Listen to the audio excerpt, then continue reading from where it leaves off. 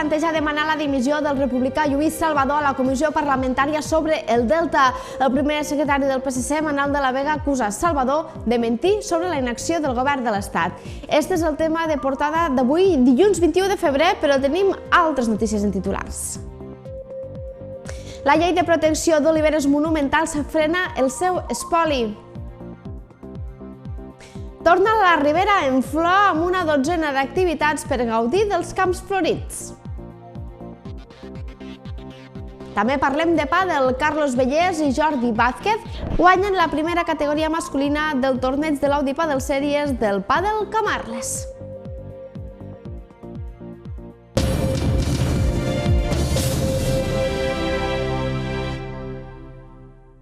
El PSC es planteja demanar la dimissió del republicà Lluís Salvador a la comissió parlamentària sobre el Delta. El primer secretari del PSC, Manel de la Vega, acusa Salvador de mentir sobre la inacció del govern de l'Estat, així com de no mantenir la neutralitat que li correspondria com a president de la comissió d'estudi sobre el Delta. El PSC demanarà la dimissió del republicà Lluís Salvador com a president de la Comissió Parlamentària sobre el Delta si el diputat d'Esquerra no rectifica unes declaracions sobre la inacció del govern de l'Estat. Així ho ha afirmat Manel de la Vega després d'una entrevista a Canal 21 Ebre en què Salvador va afirmar que el govern de l'Estat hauria de limitar-se a permetre que la Generalitat sí que actue per salvar el Delta. I necessitem que ens deixen fer. Ells tenen les competències, però nosaltres estem a primera línia. Ells estan molt lluny. I si el Delta es perd, se quedaran les competències i es quedaran tan amples, perquè al final tampoc no som tants per a que els afecte. I nosaltres estem aquí i només necessitem que l'Estat deixi al govern de la Generalitat actuar. Fa mal dir allò que no ens deixen actuar, això, que ens deixen actuar, que ens deixen fer allò que els ho correspon a ells. No cal ni que posis 200 milions com a la manga al Mar Menor. No et demanem això. Només te demanem que deixes que la Generalitat actua allà on tu tens competències. I quan la Generalitat demana permís de l'Estat de fer-ho, que ens ho deixin fer. Si a partir d'aquest diàleg aconseguim que ens deixin actuar, ja haurem aconseguit molt. Jo ja he desistit que el govern de l'Estat vingui a invertir al Delta. Això ja fa 30 anys que estem esperant-ho i no podem continuar esperant que ni el PP ni el PSOE vinguin a fer intervencions al Delta. Arran d'estes declaracions, el primer secretari del PSC ebrenc ha acusat Salvador de mentir la ciutadania, així com de no mantenir la neutralitat que li correspondria com a president de la Comissió d'Estudi sobre el Delta. Jo li recordaria al senyor Lluís Salvador primer que és el president de la Comissió de Protecció del Delta, amb la qual no pot dir mentires. No pot dir que el govern no fa res i que les deixéssim a ells que ja ho faran ells. No ho han sapigut fer. L'any 2020, gràcies a una esmena del PSC, tenien 6 milions d'euros finalistes que no van invertir un euro. L'any 2021 la Generalitat tenia 6 milions més finalistes que tampoc no va invertir un euro. I, a més, tenien 6 milions més d'Europa per a fer-lo dels dics intel·ligents que tampoc van invertir un euro. Han tingut en poc temps 18 milions d'euros damunt la taula, molt més del que hem invertit nosaltres, i no s'han gastat un euro. Jo no entenc per què té aquestes declaracions aquí, en aquest programa de televisió, justament tan sectàries, no? I encara te diré més, nosaltres estem estudiant la possibilitat de demanar la seva dimissió com a president de la comissió, perquè un president d'una comissió d'estudi, encara que sigui d'estudi, ha de ser una persona equànime, ha de ser una persona que ha de tindre certa neutralitat institucional. I no pot vindre i anar a un programa de televisió i dir tot el contrari de lo que s'està dient dins de la comissió. D'altra banda, de la Vega lamenta les formes amb què Esquerra ha donat a conèixer la seva proposta de transformar l'actual Copate en el nou Consorci Intercomarcal de les Terres de l'Ebre. De fet, ha parlat de malestar al PSC, ja que encara estaven negociant amb Esquerra i Movem la creació del nou CITE.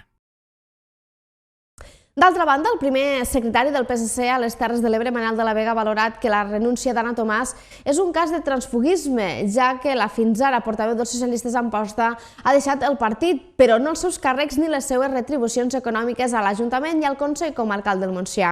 De la Vega ha explicat que el desencontre entre la regidora i la direcció del PSC es va agreujar pel seguidisme que feia del govern d'Esquerra d'Amposta. Amb tot, de la Vega creu que la decisió de Tomàs no afectarà el projecte del PSC d'Amposta, tot i que esta crisi ha esclatat a un any de les eleccions municipals. És veritat que ja no havia sigut candidata, mai, ni ho ha sigut, evidentment, perquè no hem escollit els candidats encara a les Terres de l'Ebre. No s'ha escollit, en ninguna agrupació s'ha escollit quin serà el candidat o candidata a les municipals. Ella no ho era i a més, el resultat que vam tindre no va ser l'esperat, aquestes últimes municipals, i llavors, evidentment, se tenien que fer plantejaments nous, amb la qual no crec que en cap cas que digui tocat el projecte, perquè potser el projecte no passava per a on la gent se pensa que passava. És un tema que jo considero que aquesta gent és la que embruta la política. Aquesta gent que actua d'esta manera és la que embruta la política. Jo, si no vull saber res del PSC, dissol el meu càrrec, el que puc ocupar a nivell públic i marxo cap a casa.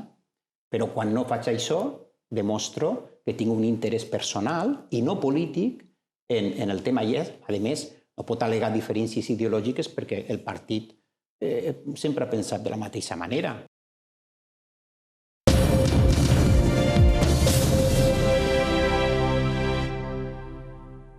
La llei d'oliveres monumentals ha frenat el seu espoli. Des de l'aplicació d'aquesta llei, al juny del 2020, no s'ha arrencat cap arbre d'aquestes característiques.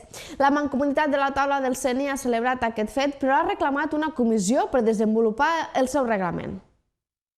La llei de protecció d'oliveres monumentals ha aturat el seu espoli. Segons la Mancomunitat de la Taula del Sénia, no s'ha arrencat cap arbre d'aquestes característiques amb més de 3,5 metres de perímetre de tronc des de l'aplicació d'aquesta llei al juny del 2020.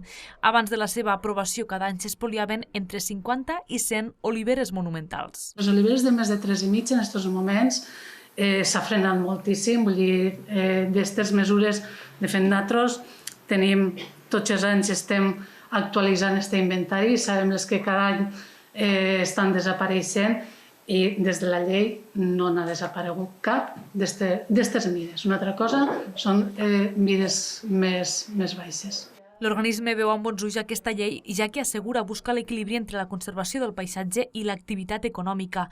Tot i això, la Taula del CENI ha reclamat que es desenvolupi el seu reglament. És difícil tirar endavant altres aspectes que contempla la llei, com és tot el tema dels ajuts als agricultors, als propietaris, a la gent que està apostant per aquest tema, i per això estem molt damunt per veure si aquest any o com a tard, jo no diria l'altre, esperem que aquest any se pugui fer una comissió tècnica. Aquesta és una de les línies de treball que l'ENS ha marcat per aquest 2022. El nou president de la Mancomunitat, l'alcalde de Santa Bàrbara, Antonio Yes, també ha explicat que un altre dels objectius serà potenciar la producció d'oli mil·lenari. Tenim ja 16 marques registrades, però se veu que hi ha interès per alguna més per apuntar-se. I això és una cosa que celebrem, perquè la veritat és l'oli d'oliveres mil·lenàries, és la marca estrella, és molt poc volum de producció, però, diguéssim, és el que nos porta a la Champions de los olis d'oliva, per dir-lo d'alguna manera. Oyes ha agafat el relleu a l'alcalde de la Pobla de Benifassà, David Gil, que ha presidit la Mancomunitat els últims 2 anys. Gil ha destacat la necessitat de cooperació entre l'administració catalana i valenciana.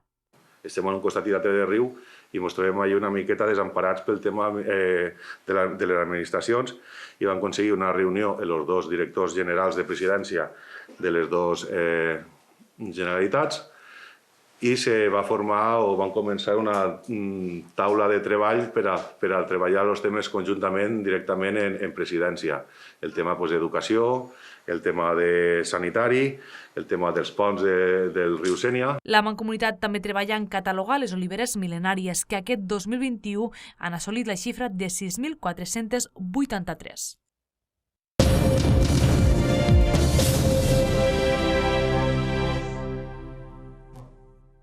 Amposta ja ha inaugurat l'edifici del sindicat, un espai on s'ha ubicat tota l'àrea de polítiques d'ocupació i també el nou Fab Lab, una biblioteca tecnològica que ha d'impulsar la innovació i experimentació al nostre territori. Aquest dissabte al matí, Amposta ha inaugurat el nou edifici del sindicat de la ciutat amb la presència del conseller d'Empresa i Treball, Roger Torrent, amb qui s'ha fet una visita i s'ha donat a conèixer el Fab Lab, que estarà als baixos de l'edifici. Aquest serà un dels 2.100 centres d'innovació tecnològica que hi ha arreu del món i el primer de tota la província de Tarragona, el qual, com ha explicat l'alcalde d'Amposta, Adam Tomàs, tindrà la finalitat d'apropar i educar en la fabricació digital i de les noves tecnologies al conjunt de la ciutadania. a partir d'ara aquí passaran moltes coses. Aquí, des de l'àmbit de l'educació, per exemple, ja estem treballant en el Departament d'Educació perquè aquí se facin cursos de formació de professorat, perquè les escoles puguen passar per aquí també a fer formació en noves tecnologies, en temes innovadors, que treballin també en impressores 3D. Vam visitar en la regidora d'Educació un projecte molt xulo també que es diu La Llavor, no sé si el coneixeu, a Guissona.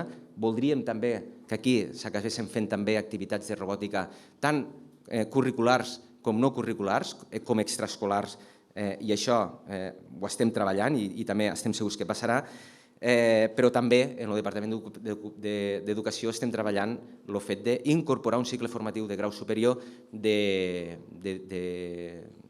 3D, de tot el que són innovació, noves tecnologies, videojocs, i la veritat és que també estem molt il·lusionats. Sobre això, la presidenta de la Diputació Provincial de Tarragona, Noemí Llaurador, ha donat també importància a que el Fab Lab estigui en posta, ja que d'aquesta manera es descentralitzen els serveis de tota la província. Per tant, podríem dir que hi conflueixen tots els elements del que es coneix com aquella quíntuple hèlix, l'administració, l'empresa, l'educació, la recerca i la ciutadania, perquè és un projecte obert a cada un de nosaltres també, a cada un dels ciutadans i ciutadanes. Uns i altres es retroalimenten i, de fet, permetran que aquest servei avanci i generi riquesa al territori d'una manera sobretot equilibrada i sostenible.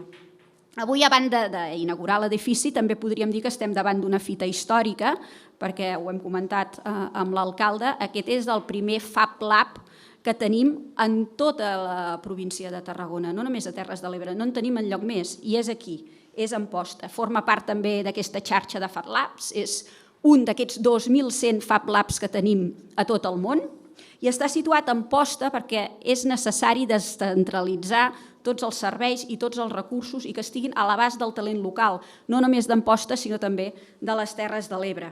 El conseller d'Empresa i Treball, Roger Torrent, ha acabat els parlaments destacant el factor de les oportunitats i que el talent apareix a qualsevol lloc del territori. El que passa és que, per explotar-lo, s'han d'oferir recursos, com ho fa aquesta nova infraestructura. El talent pot néixer a qualsevol racó del país. I llavors nosaltres el que hem de procurar és que qualsevol racó del país generi les plataformes perquè pugui aspirar a fer el salt endavant. I precisament un espai, un equipament, una filosofia d'actuació com la que avui tenim la sort d'inaugurar explica exactament això. És exactament això.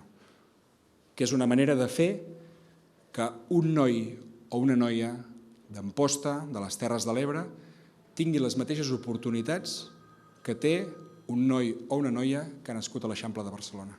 L'alcalde d'Amposta també ha aprofitat per donar les gràcies a una família de la ciutat, la qual va cedir els drets de l'edifici gratuïtament el 2015 per tal que es pogués fer realitat aquest nou edifici del sindicat.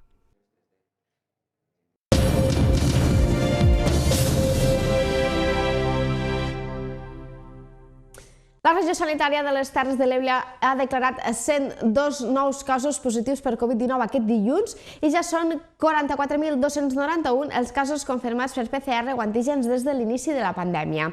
En aquesta regió han mort 240 persones per Covid-19, cap més en les últimes 24 hores. A la regió hi ha 42 persones ingressades, 4 més que en el balanç anterior. Pel que fa als indicadors, el risc de rebrot puja 27 punts fins a 1.193, mentre que la velocitat de contagi puja 5 centèsimes fins a 0,81. Quant a l'administració de la vacuna, 79.015 persones han rebut la tercera dosi de la vacuna anticovid d'un total de 142.931 que ja disposen de la pauta completa.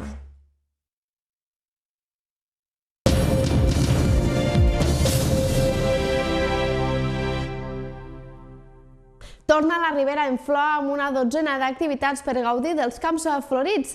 La campanya de la Ribera en flor arrencarà aquest darrer cap de setmana de febrer i s'allargarà fins a les primeres setmanes d'abril. La majoria de les activitats als camps florits estan vinculades amb el tast dels productes locals o la visita a punts d'interès patrimonial. Després de 2 anys de pandèmia, el Consell Comarcal de la Ribera d'Ebre rellança la campanya turística per gaudir de la floració dels arbres fruiters.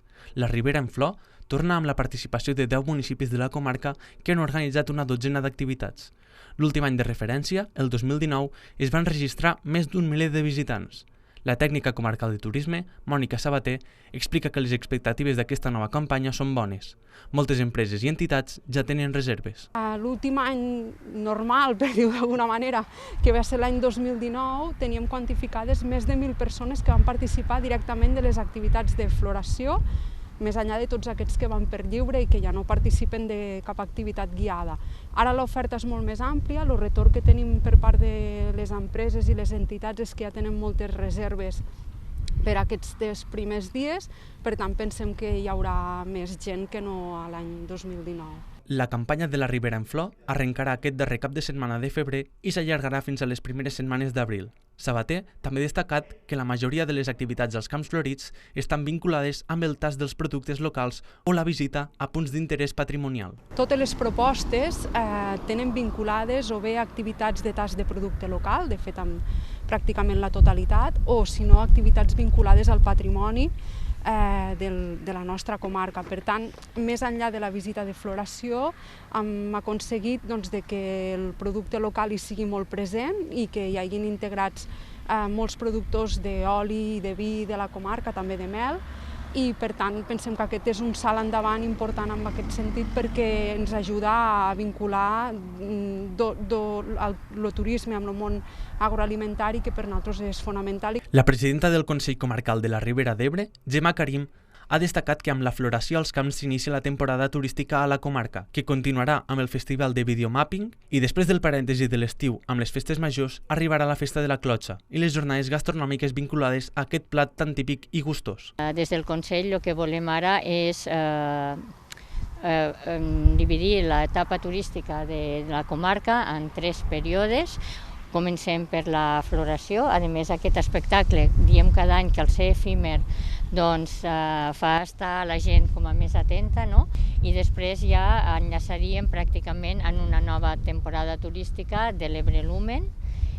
Deixaríem descans a les festes majors de l'estiu i per a una altra temporada que volem emprendre per aquest any les jornades de la Clotxa i la Festa de la Clotxa cara a la tardor.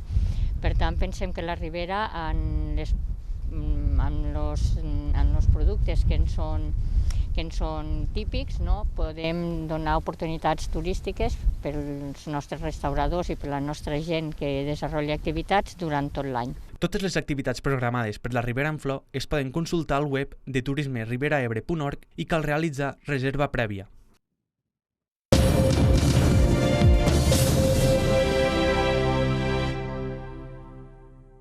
Fins a 25 alumnes van participar aquest diumenge en una masterclass amb el director artístic del Ballet de Catalunya, Elias Garcia, al Centre de Dansa Neus Rodés de Tortosa, una experiència que van valorar molt positivament.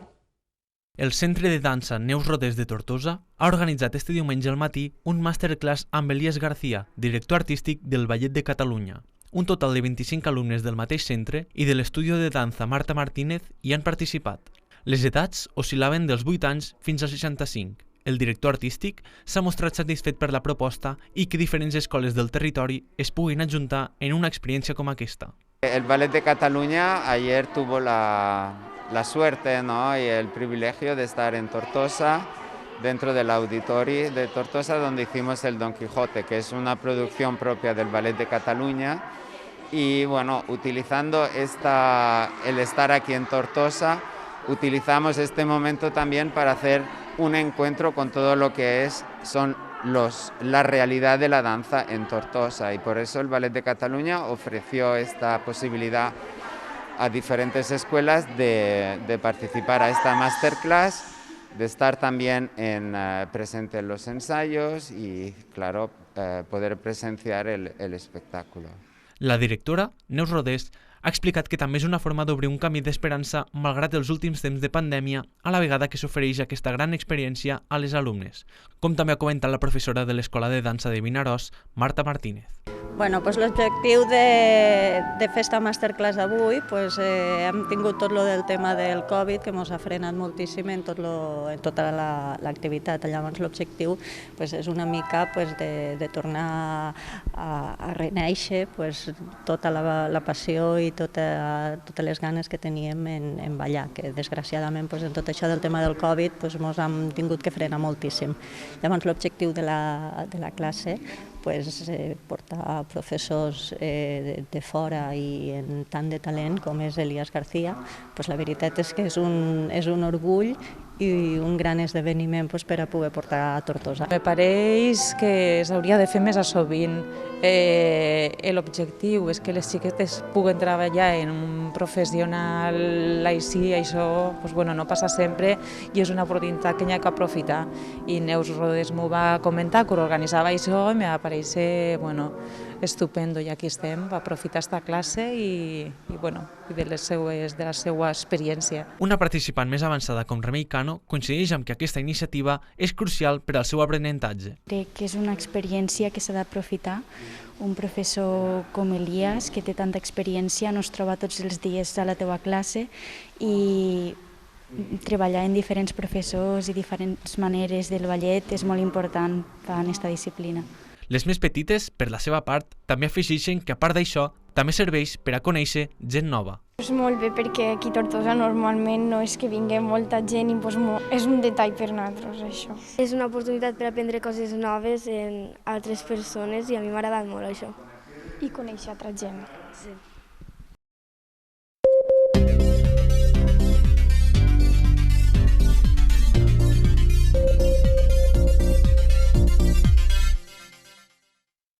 En futbol, la 20a jornada del subgrup 8B de la segona catalana va permetre veure victòries dels equips favorits a ocupar alguna de les 3 places que donen tret a disputar la fase d'ascens. Tortosa, Aldeana, Ampolla i Amposta van guanyar.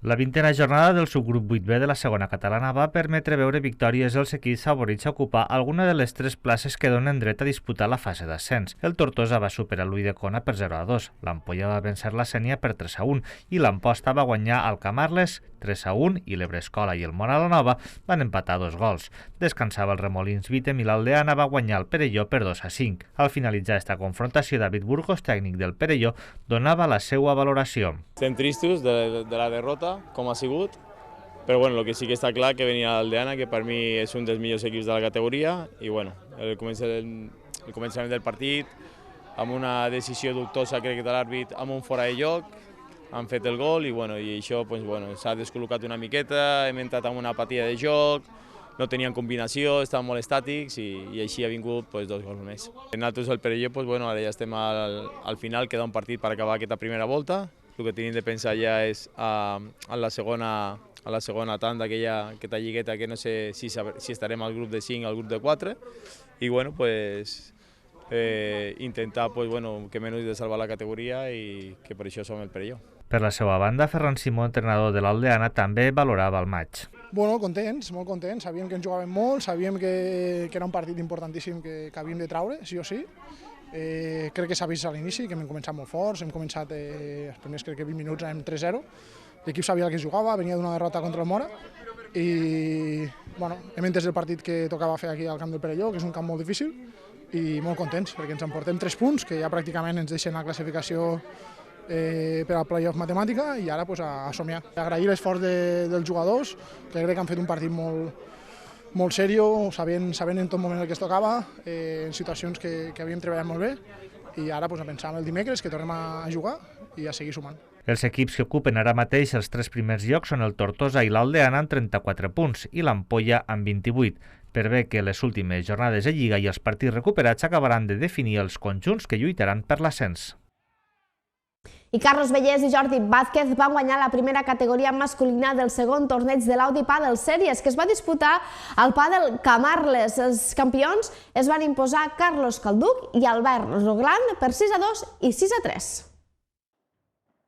Carlos Bellés i Jordi Vázquez van guanyar la primera categoria masculina del segon torneig de l'APS que es va disputar al Padel Camarles. Els campions es van imposar Carlos Calduc i Albert Roglan per 6-2 i 6-3. En segona masculina, els vencedors van ser Gerard Fresquet i Aleix Masdeu, els quals es van imposar Josep Zumaquero i Àlex Moralejo per 6-3, 4-6 i 6-1. En tercera masculina, els guanyadors van ser Roger Ripoll i Manolo Monllaó, que van vèncer a Pau Roncero i Jordi Castellví 2-6, 7-6 i 6-4. I en quarta masculina, els campions van ser Xavi Fortuny i Edu Saborido, que es van imposar Carlos Marín i Xavi Curto per 6-2 i 6-3. D'altra banda, i en categoria femenina, la segona va estar dominada per Paula Estirp i Aitzane Sánchez, que van guanyar Tamara García i Esther Betmar per 6-3 i 6-2. I en tercera, per Clàudia Soler i Sònia Martínez, que van guanyar Iris Barreda i Laia Ropals per 6-1 i 6-3. Carlos Calleja, coordinador del circuit Audi Padel Series, parla del torneig. Pel fet de que s'han fet els partits a hora i quart, que això és algo bo a mencionar per als altres clubs, perquè una hora i quart està bé, no hi ha tants de retrasos i ja està bé. Jo crec que ha anat bastant fluid tots els dies. La novetat és que, per exemple, a les finals d'este matí, si hi ha un tercer set, s'obriran un pot de boles noves. Això és una idea de l'amic Ivan Ródenas, que jo sempre dic que tot el que sigui sumar, tot és bo. Bé, tindrem també baldanada, no, Carlos? Sí, vam tindre una miqueta ahir i este matí la tindrem tot el dia. I donar les gràcies a la carnisseria La Font d'Amposta i a la panaderia Muñoz de l'Aldea. També és el que diem, Vicky, són coses per a sumar i per a que tot vagi millor i per a que la gent estigui contenta. Després de passar per Camarles, la pròxima parada de l'Audi serà al Padel Lo de Mayo a la Sénia del 18 al 27 de març. Arròs Montsià patrocina aquest espai.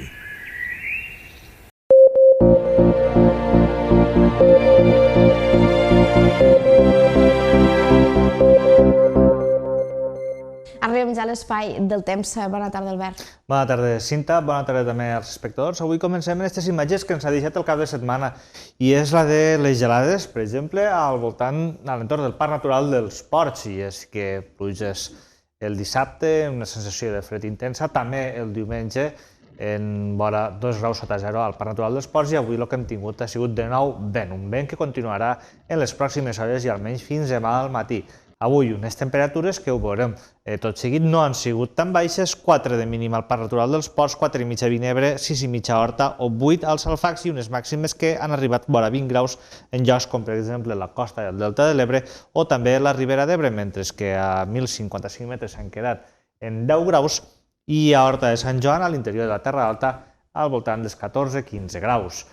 Les pròximes hores, com comentava, continuarà el vent esta tarda de dilluns i fins demà al matí, fins a les 8 del matí, hi ha avisos activats per fort vent al prelitoral, al litoral i també fenòmens costers a la costa, on hi ha avís taronja per vent de força 8 de mestral.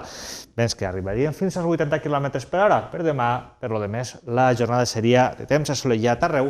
Podrien passar alguns núvols alts durant algunes estones del dia. I també atenció a la mar, que aquesta tarda estarà ben picada, també demà al matí, i després ja anirà calmant-se a poquet a poquet. Pel que fa a les temperatures, les mínimes aniran a la baixa, les màximes aniran cap amunt, ho veiem a continuació, unes mínimes que estaran entre 4 i 5 graus a l'interior, entre 8 o 9 a la costa, i màximes que podrien arribar, per exemple, a 22 graus a Benifallet, 21 a l'Ampolla o la Galera. L'abans de previsió ens indica, en principi, ambient assolellat el dimecres, dijous i divendres, i de que al cap de setmana, podríem dir, podríem tornar a esperar de nou precipitacions. Però de moment, vents que bufarien del sud-est, unes temperatures bastant agradables durant aquesta setmana, ventet, i el cap de setmana ja veurem si tornen les pluges. I avui, Cinta, si te pareix, acabem en el gos Agustí Descarrega, que anava a passejar pel delta de l'Ebre i ara veurem uns bonics flamencs. Molt bé. Gràcies, Albert. Fins demà. Fins demà. Res més, només em queda recordar-los, com sempre, que poden seguir informats a través de canal21ebre.com, Twitter, Facebook i també al canal de Telegram. Gràcies un dia més per la seva atenció i fins demà.